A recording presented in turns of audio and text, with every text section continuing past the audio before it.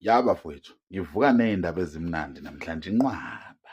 Ubani uSathane esiZulu? Yini sasimbiza ngani uSathane? Before lifike igama elithi Sathane. Ngoba igama elithi Sathane sifundiswa abathile, angithi sebesifundisa iBhayibheli. Sasivele sinayo uNkulunkulu wethu. Then lo ongazwani noNkulunkulu yena sasimbiza ngani before? Ngoba uGod siyazi uNkulunkulu. Then ngelanguage yakho uSathane nimbiza ngani? uNkulunkulu nimbiza ngani? Ngama-languages wenu. Amfuni nihambe nisukela abantu eningabazi.